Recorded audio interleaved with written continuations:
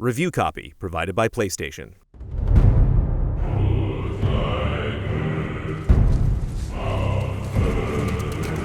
You went to the old temple, but Mom told me never to go in there. We do what we please, boy. No excuses. God of War debuted on March 22, 2005 for the PlayStation 2. Steeped in Greek mythology, it tells the tale of Kratos, a Spartan warrior bound in servitude to Ares and the gods of Olympus. Over the course of additional sequels and prequels, armed with his iconic Blades of Chaos and a thirst for revenge, Kratos' quest culminates with the destruction of Mount Olympus. Now, 8 years since the release of God of War 3, it's finally time to see where the Ghost of Sparta goes next. See? Tips are too wide. Mountain goat? Your mother taught you well. Yeah.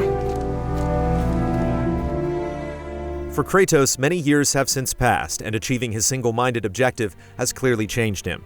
He's more cynical and pessimistic, but slightly calmer as he tries to manage his rage. As the game opens, we discover he's living with his son Atreus deep in a magically protected forest.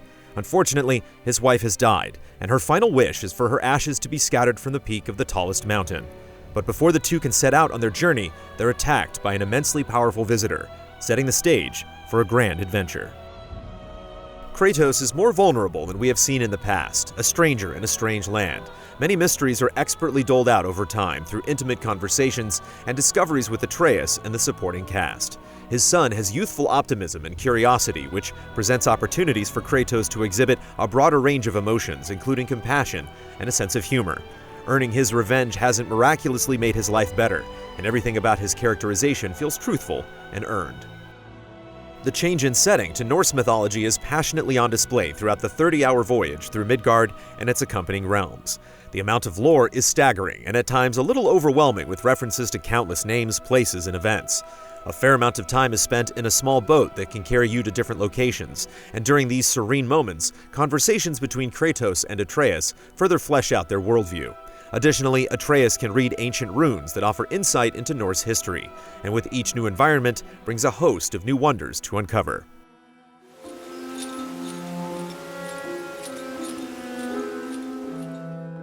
Exploration also yields valuable rewards for players looking to take a break from the main story.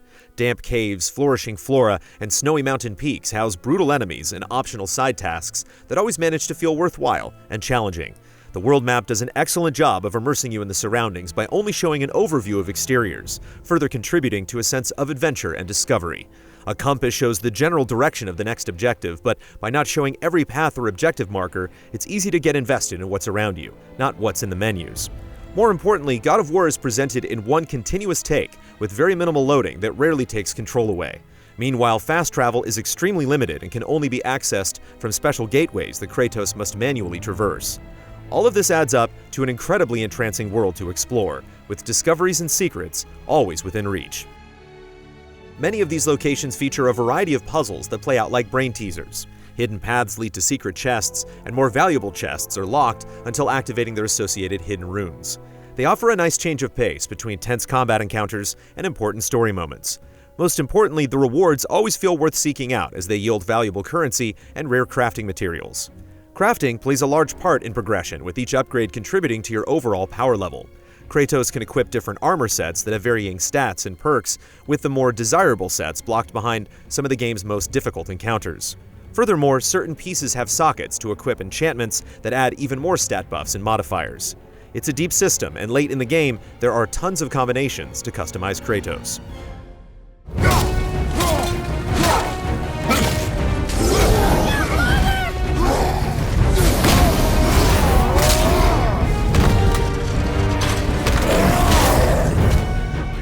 Kratos has a long and bloody history with violence, and that's still the case, only this time his preferred method of brutality revolves around the Leviathan Axe, a magical blade imbued with frost.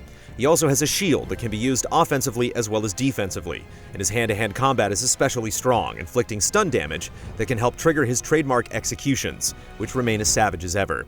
The axe can be upgraded throughout the journey by finding rare materials, and with each upgrade comes new combos and abilities. Light and heavy attacks perform different combos that can eventually freeze enemies, but most importantly, Kratos can throw the axe and effortlessly call it back to him, all while maintaining a violent hand-to-hand combo. There are also light and heavy runic attacks that can be found and equipped to the Leviathan axe, offering another layer of customization. Whoa! How'd you do that? The rage of the Spartan still lurks deep within Kratos, and after building up the rage meter, it can be unleashed to perform godlike melee attacks. Atreus is also a capable fighter and can be directed to shoot arrows at targeted enemies or harass foes to keep the pressure away from his father. These elements come together in an incredible combat system that's engaging and aggressively impactful every step of the way. Even on normal difficulty, the stakes are high and the enemies are threatening. Combat encounters often have the potential to go terribly wrong, and some optional fights are extremely difficult, not only emphasizing the importance of exploring to find upgrades, but demanding smart and skilled performance from the player. Atreus keeps a journal that you can consult to learn about the world's lore and the wide variety of creatures you encounter. There are also optional challenges like killing certain enemies a number of times or performing specific moves that offer XP rewards. XP can then be used to unlock additional skills or upgrade runic attacks to make them more powerful.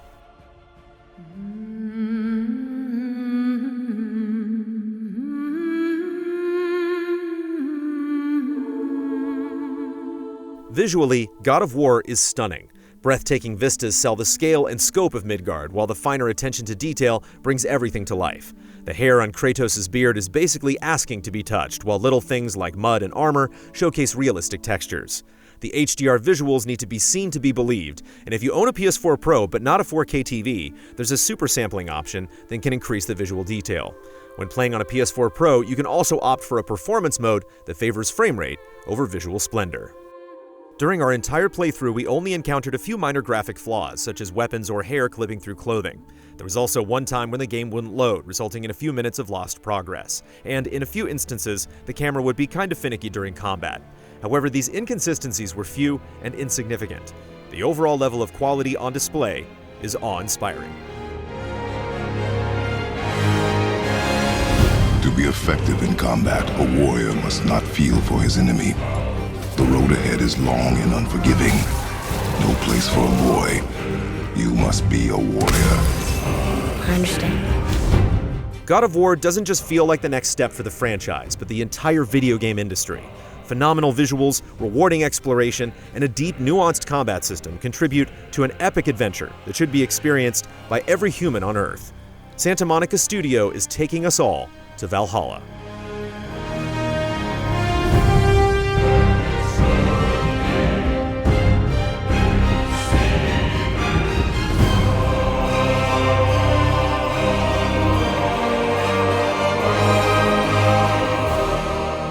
Easy Allies reviews are made possible by generous viewers just like you.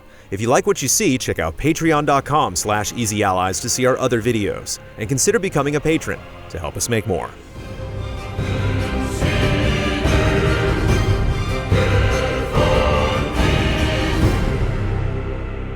Review copy provided by PlayStation.